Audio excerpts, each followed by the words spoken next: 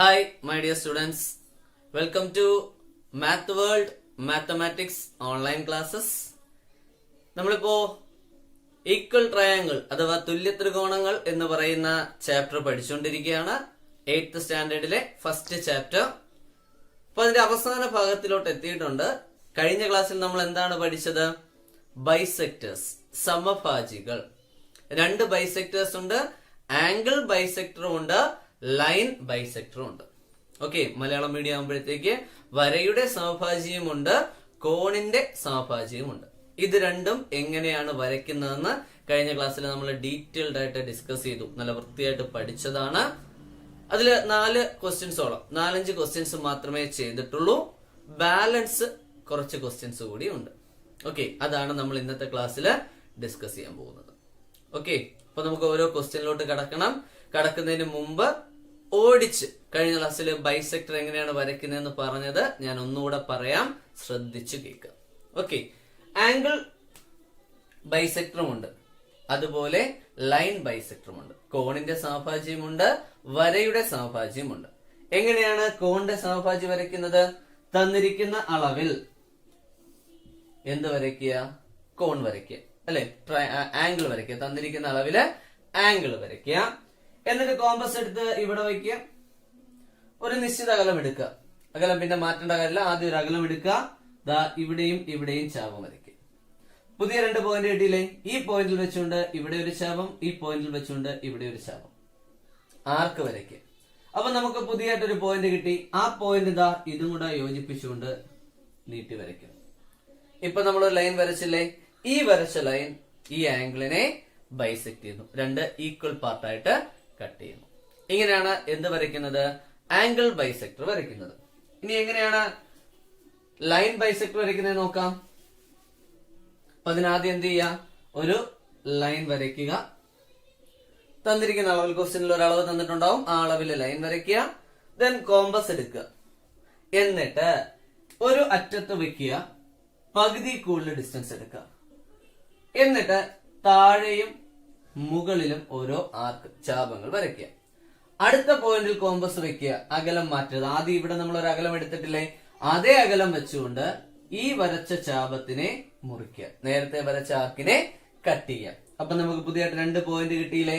ഈ 2 പോയിന്റ് കൂടി ജോയിൻ ചെയ്ത് ഒരു ലൈൻ വരച്ചാൽ, അത് നമ്മൾ ആദ്യം വരച്ച ലൈനിൽ ഒരു പോയിന്റിൽ കൂടി പാസ് ചെയ്യുന്നില്ലേ? ഈ പോയിന്റ് എന്ന് പറയുന്നത് എന്തായിരിക്കും? മിഡ് പോയിന്റ് ആയിരിക്കും. എന്ന് പറഞ്ഞാൽ ഈ പാർട്ടും ഈ പാർട്ടും ഈക്വൽ ആയിരിക്കും, തുല്യ ഭാഗങ്ങളായിരിക്കും. ഇത് എക്സ് ആകുമ്പോ ഇതും എന്തായിട്ട് മാറുന്നു? എക്സ്. മറ്റൊരു പ്രത്യേകത കൂടിയുണ്ട്. ഈ കോൺ എത്ര ഡിഗ്രിയാണ്? 90 ഡിഗ്രിയാണ്. അതുകൊണ്ട് ലൈൻ ബൈസെക്ടർ നമ്മൾ വിളിക്കുന്ന മറ്റൊരു പേരാണ് പെർപെൻഡിക്കുലർ ബൈസെക്ടർ. മലയാളം മീഡിയം ആകുമ്പോ ലംബ സമഭാജി എന്ന് പറയുന്നു. ഓക്കെ, ഇത് 2 ഓർമ്മയുണ്ടല്ലോ. ഇനി നമുക്ക് എന്ത് ചെയ്യാം? കഴിഞ്ഞ ക്ലാസ്സിൽ എവിടെയാണോ നിർത്തിയത് അവിടെ നിന്നുള്ള പ്രോബ്ലംസ് ചെയ്ത് തുടങ്ങാം. ഓക്കെ, ഒന്നാമത്തെ ക്വസ്റ്റ്യൻ ശ്രദ്ധിക്കുക. Draw triangle ABC with AB equal to 6 centimeter, angle A equal to 22.5 degree and angle B equal to 67.5 degree. AB equal to 6 centimeter, കോൺ A സമം 22.5 ഡിഗ്രി, കോൺ B സമം 67.5 ഡിഗ്രി എന്നീ അളവുകളിൽ ത്രികോണം ABC വരയ്ക്കുക. അപ്പൊ നിങ്ങൾ ഒന്നാമത്തെ ക്വസ്റ്റ്യൻ കണ്ടു കഴിഞ്ഞു. എന്താണ് ഒന്നാമത്തെ ക്വസ്റ്റ്യനിൽ പറഞ്ഞിരിക്കുന്നത്? ഒരു ട്രയാങ്കിൾ വരയ്ക്കണം. ട്രയാങ്കിളിന്റെ പേര് ABC. ഓക്കെ ആണല്ലോ. അതില് ഒരു സൈഡ് AB എത്രയും തന്നിട്ടുണ്ട്? 6 സെന്റിമീറ്റർ. 2 ആംഗിൾ തന്നിട്ടുണ്ട്. ആംഗിൾ A 22.5 22.5, ആംഗിൾ B തന്നിട്ടുണ്ട് എത്രയാ? 67.5 67ന്റെ പകുതി 67.5. ഈ അളവുകൾ വെച്ചുകൊണ്ട് എന്ത് വരയ്ക്കണം? ട്രയാങ്കിൾ വരയ്ക്കണം. അതിൽ ആദ്യം നമ്മൾ മനസ്സിലാക്കേണ്ടത്, പ്രൊട്രാക്ടർ വെച്ചുകൊണ്ട് നമുക്ക് അര മാർക്ക് ചെയ്യാൻ പറ്റില്ല. 22 പറ്റും, 23 പറ്റും, പക്ഷെ ഏത് പറ്റില്ല? 22.5 വരയ്ക്കാൻ പറ്റില്ല. അപ്പൊ ആദ്യത്തെ സ്റ്റെപ്പ് എന്താണെന്ന് ചോദിച്ചാൽ, ഈ തന്നിരിക്കുന്ന 2 ആംഗിളിന്റെയും കോണുകളുടെയും ഇരട്ടി എടുത്ത് വെക്കുക. ഓക്കെ, വരയ്ക്കാൻ വേണ്ടിയിട്ടാണ് ആദ്യത്തെ സ്റ്റെപ്പ്. എന്താണ്? ഈ ആംഗിളിന്റെ ഇരട്ടി എടുക്കുന്നു. 22.5യുടെ ഇരട്ടി എത്രയാ? 22ന്റെ ഇരട്ടി 44. അരയുടെ ഇരട്ടി 1. അപ്പൊ എത്രയെന്ന് കിട്ടും? 45. ഇനി 67 ഇരട്ടി എടുക്കണം. 67ന്റെ ഇരട്ടി എത്രയാ? 67ന്റെ ഇരട്ടി 60ന്റേത് 120, 7ന്റേത് 14. അപ്പൊ 120ഉം 14ഉം 134. പിന്നെ അരയുടെ ഇരട്ടി 1. അപ്പൊ എത്ര കിട്ടും? 135. ഇതെങ്ങനെ 135 എന്ന് പെട്ടെന്ന് കണ്ടുപിടിക്കുക?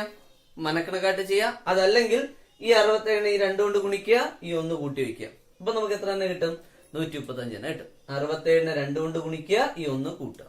അതുപോലെ തന്നെയാണ് ഇവിടെ 22 2 കൊണ്ട് ഗുണിക്കുക, 44, 1 കൂട്ടിയ 45. അപ്പൊ ആദ്യത്തെ സ്റ്റെപ്പ് കഴിഞ്ഞു. ഇനി രണ്ടാമത്തെ സ്റ്റെപ്പിലോട്ട് പോകാം. അപ്പൊ ഇവിടെ ഒരു ലൈൻ തന്നിട്ടുണ്ടല്ലേ, എ ബി. എത്ര സെന്റിമീറ്റർ ആണ്? 6. അപ്പൊ ആദ്യം ഞാൻ എന്ത് ചെയ്യുന്നു?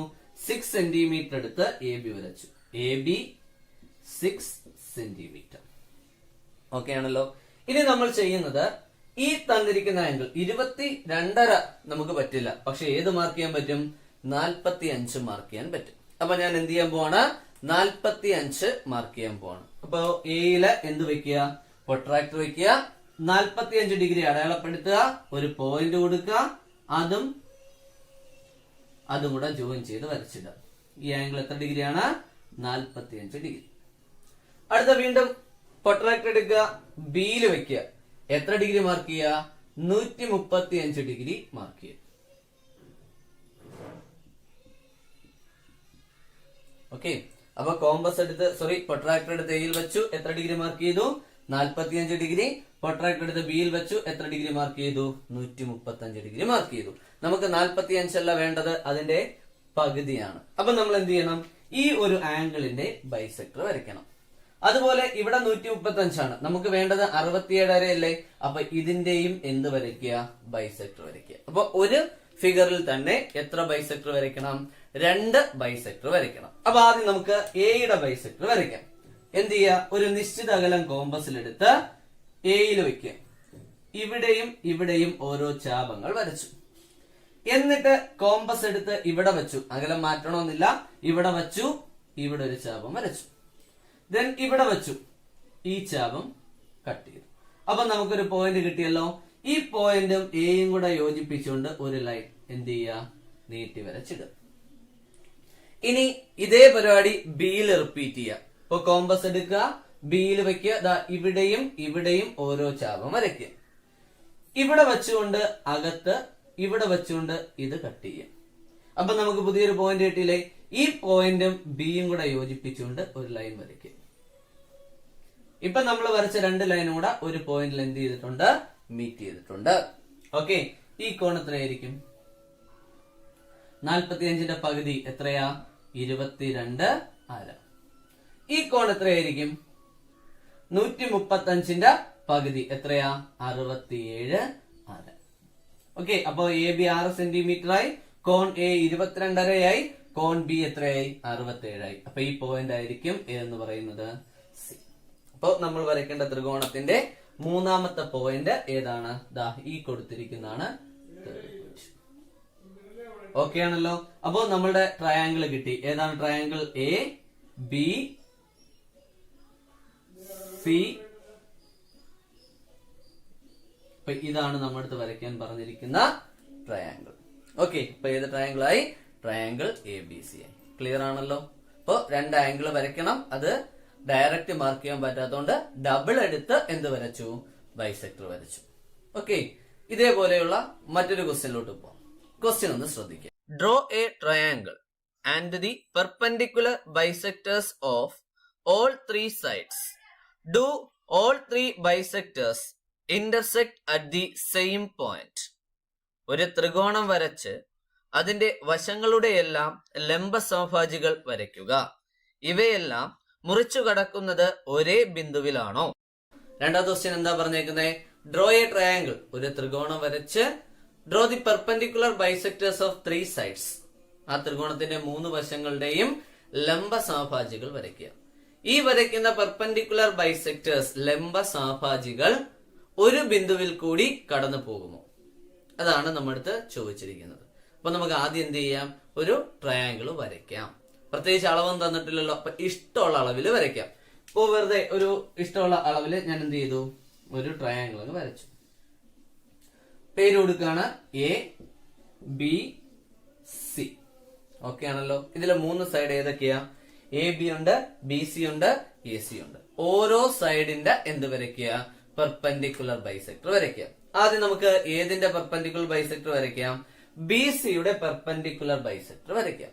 അതിന് ബിയിൽ കോമ്പസ് വയ്ക്കുക, പകുതി കൂടുതൽ അകലമെടുക്കുക, മുകളിലും താഴെയും ആർക്ക് വരയ്ക്കുക. ദെൻ സിയിൽ കോമ്പസ് വയ്ക്കുക, മുകളിലും താഴെയും ആർക്ക് വരയ്ക്കുക. അപ്പൊ ഇവിടെ ശ്രദ്ധിക്കേണ്ട കേസ് എന്താണ്? ബിയിൽ വെച്ച് നമ്മൾ എടുക്കുന്ന അകലം മാറ്റാൻ പാടില്ല. അത് തമ്മിൽ എന്ത് ചെയ്യാം? യോജിപ്പിക്കുക. ഓക്കെ ആണല്ലോ. ഇനി എ സിയുടെ പെർപെൻഡിക്കുലർ ബൈസെക്ടർ വരയ്ക്കാൻ പോകും, ലംബ സമഭാജി. അപ്പൊ എ സിയുടെ ആയതുകൊണ്ട് ആദ്യം കോമ്പസ് എടുത്ത് ഞാൻ സിയിൽ വെച്ചു, പകുതി കൂടുതൽ അകലം എടുത്തു, ഇവിടെയും ഇവിടെയും വരച്ചു. ആ വരയുടെ മുകളിലും താഴെയും വരച്ചു. എന്നിട്ട് എയിൽ കോമ്പസ് വെക്കുന്നു, ഈ വരച്ച വര എന്ത് ചെയ്യുന്നു? കട്ട് ചെയ്യുന്നു. എന്ത് മാറ്റാൻ പാടില്ല? അകലം മാറ്റാൻ പാടില്ല. അപ്പോ ജോയിൻ ചെയ്യുന്നു, രണ്ടാമത്തെ ബൈസെക്ടർ ആയി. ഇനി നമുക്ക് എ ബിയുടെ എന്ത് വരയ്ക്കണം? പെർപെൻഡിക്കുലർ ബൈസെക്ടർ വയ്ക്കണം. അപ്പൊ എന്ത് ചെയ്യണം? കോമ്പസ് എടുത്ത് എയിൽ വെച്ചു, ഒരകലം എടുത്തു, പകുതിക്കുള്ളെടുത്തു, മുകളിലും താഴെയും ചാപം വരച്ചു. എ ബിയുടെ മുകളിലും താഴെയും. അടുത്ത് എവിടെ വെക്കണം? ബിയിൽ വെക്കണം. എന്നിട്ട് എന്ത് ചെയ്യുക? ഈ വരച്ച ചാപങ്ങൾ കട്ട് ചെയ്യുക. അപ്പൊ നമുക്ക് 2 പോയിന്റ് കിട്ടിയില്ലേ? അത് യോജിപ്പിച്ചുകൊണ്ട് ഒരു ലൈൻ വരയ്ക്കും.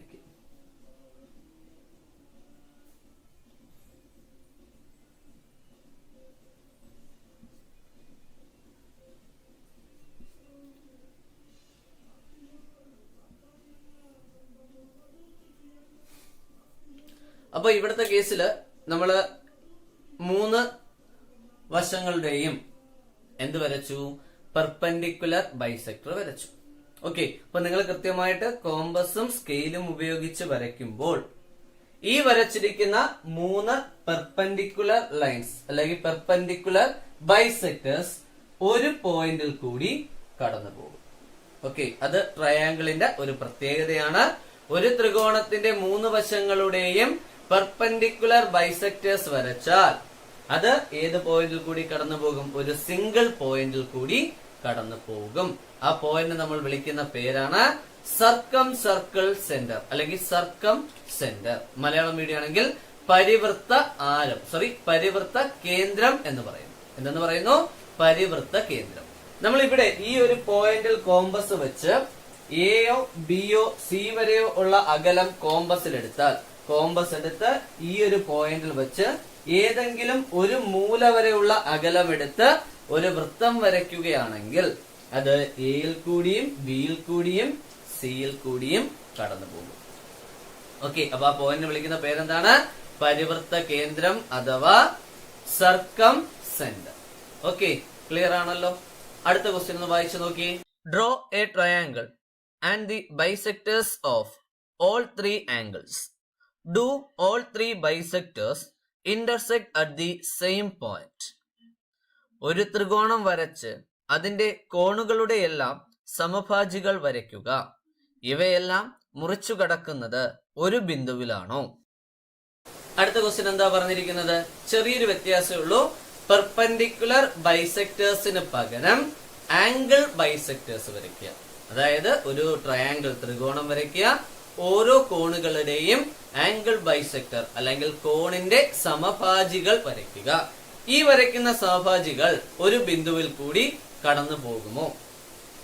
ഓക്കെ. അതല്ലേ ക്വസ്റ്റ്യൻ ചോദിച്ചിരിക്കുന്നത്. അപ്പൊ നമുക്ക് എന്ത് ചെയ്യാം? ഫസ്റ്റ് സ്റ്റെപ്പ് എന്താണ്?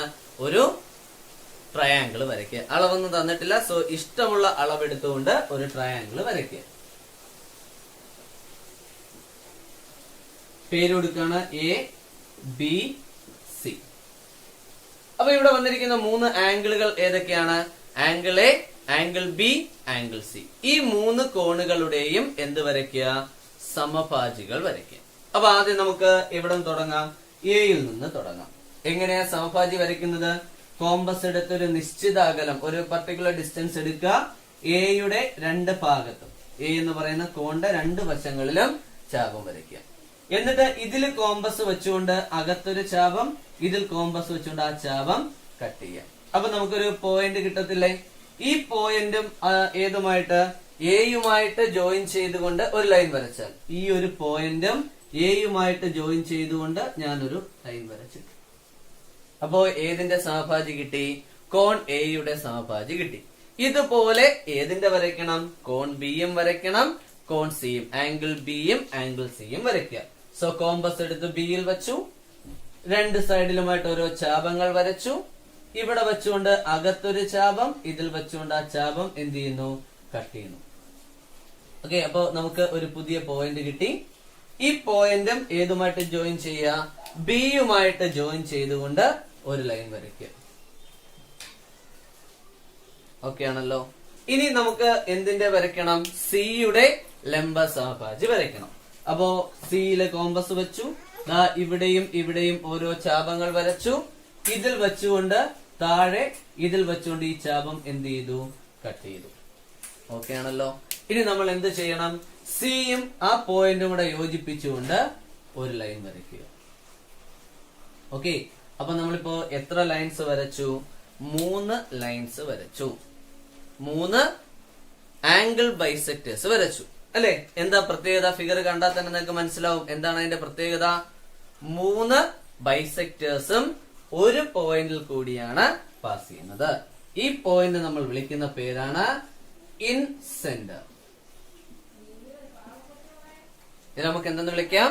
ഇൻ സെന്റർ അല്ലെങ്കിൽ അന്തർവൃത്ത കേന്ദ്രം എന്ന് പറയാം. ഇപ്പൊ തൊട്ടു മുമ്പത്തേന് നമ്മൾ പറഞ്ഞത് പരിവൃത്ത കേന്ദ്രം എന്നാണെങ്കിൽ ഇതിന് പറയുന്ന പേരെന്താണ്? അന്തർവൃത്ത കേന്ദ്രം. ഇതിന്റെ പ്രത്യേകത എന്താന്ന് ചോദിച്ചു കഴിഞ്ഞാൽ, ഈ ഒരു പോയിന്റ് ഉണ്ടോ, ഇവിടെ നേരെ താഴോട്ട് ഒരു ലൈൻ ഞാൻ വരച്ചു എന്ന് വെച്ചാൽ ഈ കോൺ എത്ര ഡിഗ്രി ആയിരിക്കണം? 90 ഡിഗ്രി ആയിരിക്കണം. 90 ഡിഗ്രി ഉള്ള ഒരു ലൈൻ വരച്ച് കോമ്പസ് എടുത്ത് 3 ബൈസെക്ടറോടെ മീറ്റ് ചെയ്യുന്ന പോയിന്റിൽ വച്ച് ഇവിടം വരെയുള്ള അകലം എടുത്ത് ഒരു സർക്കിള് വരച്ചു കഴിഞ്ഞാൽ ആ സർക്കിൾ എന്ത് ചെയ്യും? 3 സൈഡിനെയും ടച്ച് ചെയ്തുകൊണ്ട് പോകും. ഓക്കെ, ഈ സർക്കിൾ നമ്മൾ വിളിക്കുന്ന പേര് ഇൻ സർക്കിൾ. ഇത് വരയ്ക്കാൻ വേണ്ടിയിട്ട് നമ്മൾ എടുത്ത പോയിന്റ് ഉണ്ടോ, അതിനെന്തെന്ന് പറയാം? ഇൻ റേഡിയസ്, ഇൻ സെന്റർ അല്ലെങ്കിൽ ഇൻ സർക്കിൾ സെന്റർ എന്നും മലയാളത്തിൽ എന്തെന്ന് പറയും? അന്തർവൃത്ത കേന്ദ്രം. ഓക്കെ, ക്ലിയർ ആണല്ലോ. അപ്പോ ഏതൊക്കെ വരച്ചാൽ, ഒരു ത്രികോണത്തിന്റെ ലംബ സമഭാജി വരച്ചാലും കോണുകളുടെ സമഭാജി വരച്ചാലും ഒരു ബിന്ദുവിൽ കൂടി കടന്നു പോകും. വരച്ചു നോക്കുക, കൃത്യമായിട്ട് വരച്ചു നോക്കുക. ഓക്കെ, ഇനി നമുക്ക് അടുത്ത ഒരു ക്വസ്റ്റ്യനിലോട്ട് പോവാം. കോമൺ ആയിട്ടുള്ള കുറച്ച് ക്വസ്റ്റ്യൻസ് ആണ്. ഇപ്പൊ പഠിച്ച ബൈസെക്ടറുമായിട്ട് റിലേറ്റ് ചെയ്തിട്ടുള്ള ക്വസ്റ്റ്യൻ അല്ല, നമ്മൾ മുമ്പ് പഠിച്ചു കഴിഞ്ഞ ഫസ്റ്റ് സെക്ഷൻ ഓർക്കുന്നുണ്ടാവുമല്ലോ. ആ സെക്ഷനിൽ പഠിച്ച ഈക്വൽ ട്രയാങ്കിൾ, 2 ത്രികോണങ്ങൾ തുല്യമാകുന്ന കേസസ്, അത് റിലേറ്റ് ചെയ്തിട്ടുള്ള 2 ക്വസ്റ്റ്യൻ കൂടെ നമുക്കിനി ഇന്നത്തെ ക്ലാസ്സിൽ ഡിസ്കസ് ചെയ്യാം. ഓക്കെ, അതിലെ ഒന്നാമത്തെ ക്വസ്റ്റ്യൻ ഒന്ന് ശ്രദ്ധിച്ചേ. Prove that if both pair of opposite sides of a quadrilateral are equal, then it is a parallelogram. ഒരു ചതുർഭുജത്തിന്റെ 2 ജോഡി എതിർവശങ്ങളും തുല്യമാണെങ്കിൽ അതൊരു സാമാന്തരികമാണെന്ന് തെളിയിക്കുക. ക്വസ്റ്റ്യൻ കണ്ടല്ലോ. എന്താ ക്വസ്റ്റ്യൻ പറഞ്ഞിരിക്കുന്നത്? ഒരു ക്വാഡ്രിലാറ്ററൽ അല്ലെങ്കിൽ ചതുർഭുജത്തിന്റെ എതിർവശങ്ങൾ തുല്യമാണെങ്കിൽ, ഓപ്പോസിറ്റ് സൈഡ്സ് ഈക്വൽ ആണെങ്കിൽ അത് പാരലോഗ്രാം ആണെന്ന് പ്രൂവ് ചെയ്യാം. ഓക്കെ, അപ്പൊ ഞാൻ അതിനെ ഒരു റഫ് ഫിഗർ വരച്ചിട്ടുണ്ട്. ഈ വരച്ചിരിക്കുന്ന ഫിഗറിന്റെ പ്രത്യേകത എന്താ? A B equal to C D ആണ്. അതുപോലെ ബി സി ഈക്വൽ ടു എന്തുമാണ്? എ ഡിയുമാണ്. A B equal to C D ആണ്. അതുപോലെ ബി സി ഈക്വൽ ടു എന്താണ്? എ ഡി ആണ്. അത് ക്വസ്റ്റ്യനിൽ തന്നിട്ടുണ്ട്. ഇനി നമ്മൾ തെളിയിക്കേണ്ടത് ഇത് എന്താണെന്ന് തെളിയിക്കണം. പാരലോഗ്രാം ആണെന്ന് തെളിയിക്കാം. എന്താ പാരലോഗ്രാമിന്റെ പ്രത്യേകത? Opposite sides are parallel. അപ്പൊ നമ്മൾ പ്രൂവ് ചെയ്യേണ്ടത് എ ബിയും സി ഡിയും പാരലൽ ആണ്, അതുപോലെ ബി സിയും എ ഡിയും പാരലൽ ആണ്. ഓക്കെ, അത് ചെയ്യുന്നതിന് വേണ്ടി ഞാൻ ചെയ്യുന്നത് ഒരു ഡയഗണൽ വരച്ചു. ബി ഡി എന്ന് പറയുന്ന ഡയഗണൽ വരച്ചു. ഈ ഡയഗണൽ വരച്ചപ്പോൾ എന്താ സംഭവിച്ചത്? 2 ആയിട്ട് മാറി. നമ്മൾ വരച്ചിരിക്കുന്ന ക്വാഡ്രിലാറ്ററൽ 2 ട്രയാങ്കിൾസ് ആയിട്ട് മാറി. ഈ ട്രയാങ്കിളുടെ പ്രത്യേകത എന്താ? ആദ്യം ട്രയാങ്കിളിന്റെ പേര് പറഞ്ഞേ. ആദ്യത്തെ ട്രയാങ്കിളിന്റെ പേരെന്താ? Triangle A B D. അടുത്ത ട്രയാങ്കിളിന്റെ പേരെന്താ? B C D. Triangle A B ഡിയും ട്രയാങ്കിൾ ബി സി ഡി. ഇതിലെ A B equal to C D, അതുപോലെ B C equal to A D. ശരിയല്ലേ? ഇതും ഈക്വൽ ആണ്, ക്വസ്റ്റിനെ പറഞ്ഞിട്ടുണ്ട്. ഇത് രണ്ടും ഈക്വൽ ആണ്, എവിടെ പറഞ്ഞിട്ടുണ്ട്? ക്വസ്റ്റിനെ പറഞ്ഞിട്ടുണ്ട്. ഇനി രണ്ടിലും കോമൺ ആയിട്ട് വരുന്ന സൈഡ് അല്ലേടാ ബി ഡി. അപ്പൊ രണ്ട് ട്രയാങ്കിളിലും കോമൺ ആയിട്ട് എന്ത് വരുന്നു? B D. ഇത് രണ്ടും ക്വസ്റ്റിന് തന്നിരിക്കുന്നു, അതുകൊണ്ട് ഗീവൺ തന്നിരിക്കുന്നു. ഇതെന്താണ് റീസൺ? കോമൺ, പൊതുവായ വശം. അപ്പോ ഈ ഒരു ത്രികോണത്തിന്റെ 3 വശങ്ങൾ ഈ ത്രികോണത്തിന്റെ 3 വശങ്ങൾക്ക് തുല്യമായില്ലേ?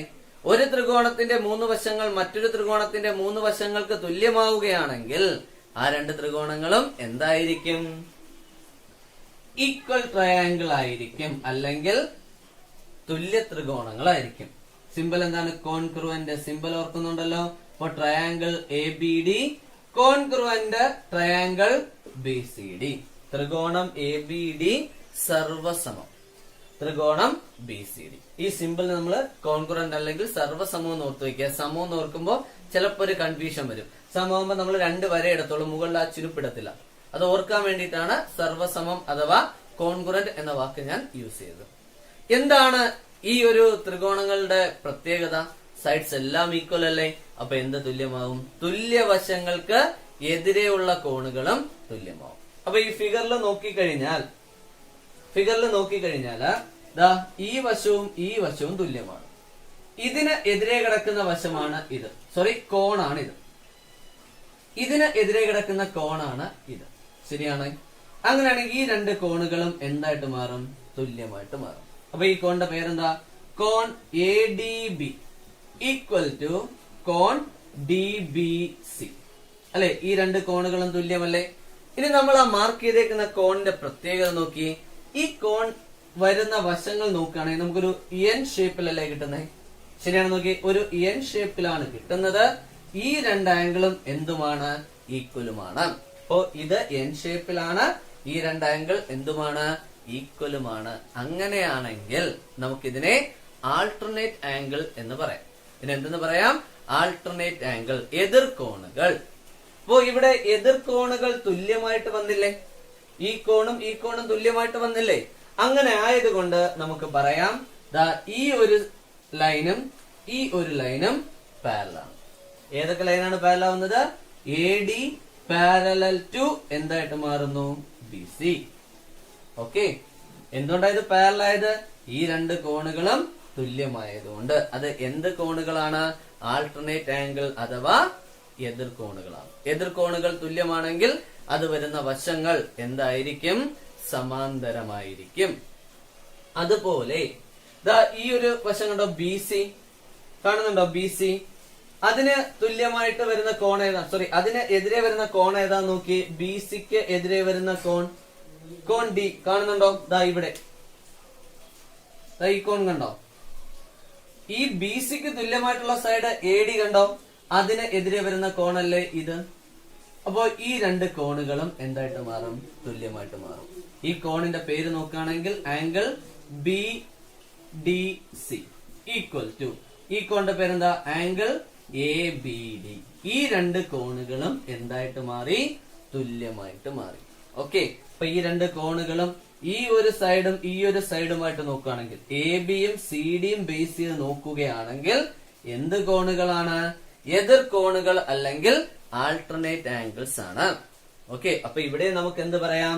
Alternate angles are equal. Malayalam medium എന്ത് പറയാം? എതിർ കോണുകൾ തുല്യമാണ്. അങ്ങനെയാണെങ്കിൽ നമുക്ക് എഴുതാം A B parallel to C D. നമ്മൾ മുമ്പേ തെളിയിച്ചു A D parallel to B C ആണ്. ഇപ്പൊ തെളിയിച്ചു A B parallel to C D. അപ്പൊ ഫിഗർ വെച്ച് നോക്കുകയാണെങ്കിൽ എതിർവശങ്ങൾ, ഓപ്പോസിറ്റ് സൈഡ്സ് എന്തായിട്ട് മാറി? പാരലൽ ആയിട്ട് മാറി. അപ്പൊ നമുക്ക് പറയാം opposite sides are parallel. Okay, അപ്പോ എതിർവശങ്ങൾ എന്തായി? സമാന്തരമായി. എതിർവശങ്ങൾ സമാന്തരമാണെങ്കിൽ ആ ക്വാഡ്രിലാറ്ററൽ അഥവാ ചതുർഭുജത്തിനെ നമുക്ക് എന്തെന്ന് വിളിക്കാം? പാരലോഗ്രാം അല്ലെങ്കിൽ സാമാന്തരികം. എതിർവശങ്ങൾ സമാന്തരമായിട്ടുള്ള ചതുർഭുജത്തിന് വിളിക്കുന്ന പേരെന്താണ്? സാമാന്തരികം. ശരിയല്ലേ? ഓപ്പോസിറ്റ് സൈഡ്സ് പാരലൽ ആണെങ്കിൽ അതിനെ വിളിക്കുന്ന പേര് പാരലോഗ്രാം. ഇവിടെ ഓപ്പോസിറ്റ് സൈഡ് ഞാൻ എന്തെന്ന് പ്രൂവ് ചെയ്തു? പാരലൽ ആണെന്ന് പ്രൂവ് ചെയ്തു. അപ്പൊ ഓപ്പോസിറ്റ് സൈഡ്സ് ഈക്വൽ ആണെങ്കിൽ ആ ചതുർഭുജം എന്തായിരിക്കും? പാരലോഗ്രാം അല്ലെങ്കിൽ സമാന്തരികം.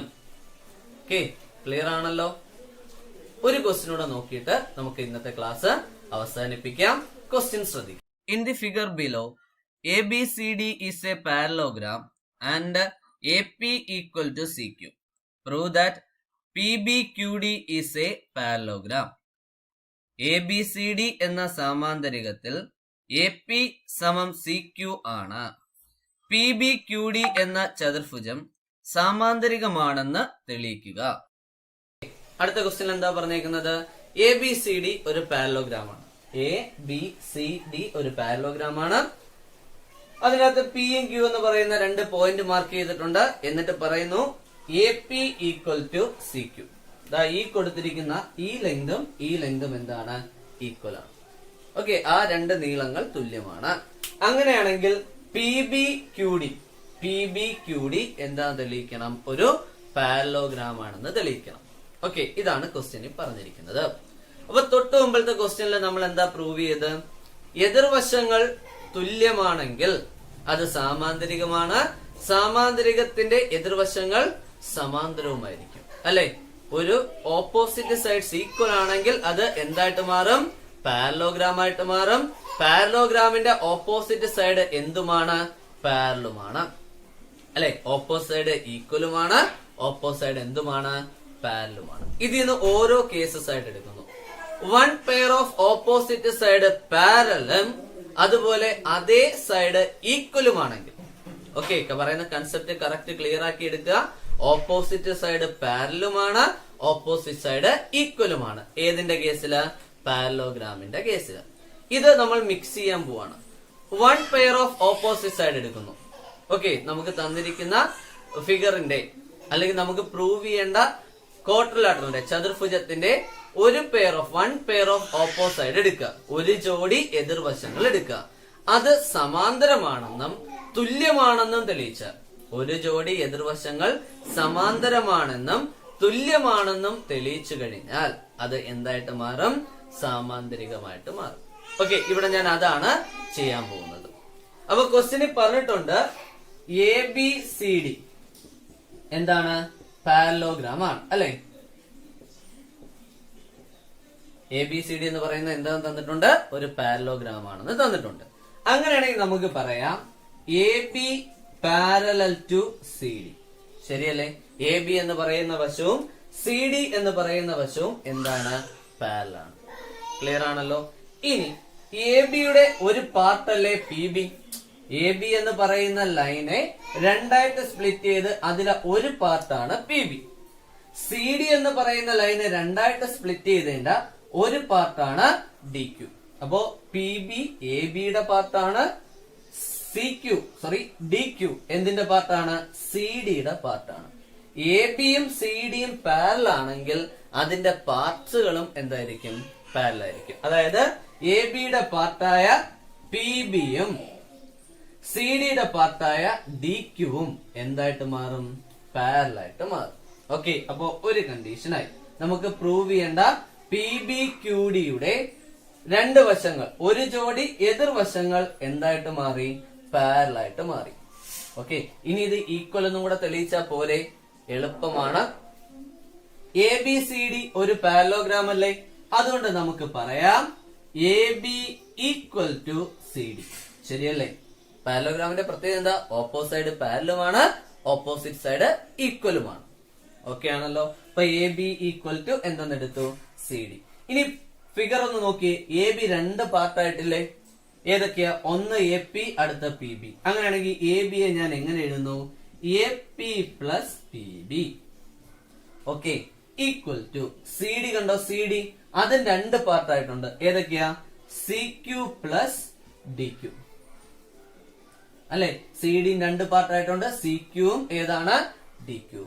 ഇതില് ക്വസ്റ്റ്യനിൽ പറഞ്ഞിട്ടുണ്ട് CQ ഈക്വൽ ടു എന്താണ്? AP.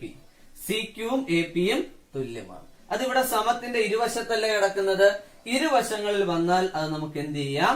ക്യാൻസൽ ചെയ്യാം. അപ്പൊ ഇവിടുത്തെ APയും ഇവിടുത്തെ ഏതും ക്യാൻസൽ ചെയ്തു, സി ക്യൂവും ക്യാൻസൽ ചെയ്തു. അപ്പൊ നമുക്ക് ഇവിടെ ബാലൻസ് എന്ത് വന്നു? P B. ഇവിടെ ബാലൻസ് എന്ത് വന്നു? D Q. അപ്പോ ആ രണ്ട് സൈഡ് പാരലാണ്. ഇപ്പൊ ആ രണ്ട് സൈഡും എന്താണെന്ന് പ്രൂവ് ചെയ്തു? ഈക്വൽ ആണെന്നും പ്രൂവ് ചെയ്തു. അപ്പൊ നമുക്ക് എന്ത് പറയാം? പി ബി ക്യൂ ഡിയുടെ ഒരു ജോഡി എതിർവശങ്ങൾ സമാന്തരവും തുല്യവുമാണ്. അല്ലെ? പി ബി ക്യൂ ഡി എന്ന ക്വാഡ്രിലാറ്ററലിന്റെ one pair of opposite sides are parallel and equal. പാരലുമാണ്, അതുപോലെ എന്തുമാണ്? ഈക്വലുമാണ്. അതുകൊണ്ട് നമുക്ക് പറയാം P B Q D is a parallelogram. Okay, P B Q D എന്തായിട്ട് മാറുന്നു? പാരലോഗ്രാം ആയിട്ട് മാറുന്നു. അപ്പൊ നമ്മൾ ഇവിടെ ഉപയോഗിച്ച കൺസെപ്റ്റ് എന്താണ്? ഒരു പാരലോഗ്രാമിന്റെ പ്രത്യേകത എന്ത് വെച്ചുകൊണ്ടാണ് നമ്മൾ തെളിയിച്ചേക്കുന്നത്? One pair of opposite sides are parallel and equal. Okay, അപ്പൊ ഇനി നിങ്ങളുടെ ഒരു ഫിഗർ തന്ന് പാരലോഗ്രാം ആണോ അല്ലയോ എന്ന് പ്രൂവ് ചെയ്യാൻ ചോദിച്ചാൽ 3 രീതിയിൽ ചെയ്യാം. ഓക്കെ, ഈ ഇപ്പൊ നമ്മൾ പഠിച്ച ബേസ് ചെയ്തുകൊണ്ട് 3 രീതിയിൽ ചെയ്യാം. ഒന്ന്, ഓപ്പോസിറ്റ് സൈഡ് ഈക്വൽ ആണോ നോക്കുക. 2, ഓപ്പോസിറ്റ് സൈഡ് പാരലൽ ആണോ നോക്കുക. 3, one pair of opposite sides പാരലലും ഈക്വലും ആണോ എന്ന് ചെക്ക് ചെയ്താൽ മതി. ഓക്കെ, ക്ലിയർ ആണല്ലോ? ഇനിയും കുറച്ച് ക്വസ്റ്റ്യൻസും കൂടെ നമ്മളുടെ ടെക്സ്റ്റ് ബുക്കിൽ തന്നിട്ടുണ്ട്. അത് നമുക്ക് എന്ത് ചെയ്യാം? അടുത്ത ക്ലാസ്സിൽ ഡിസ്കസ് ചെയ്യാം. ഓക്കെ, ഇനി നമുക്ക് അടുത്ത ക്ലാസ്സിൽ കാണാം. Thank you.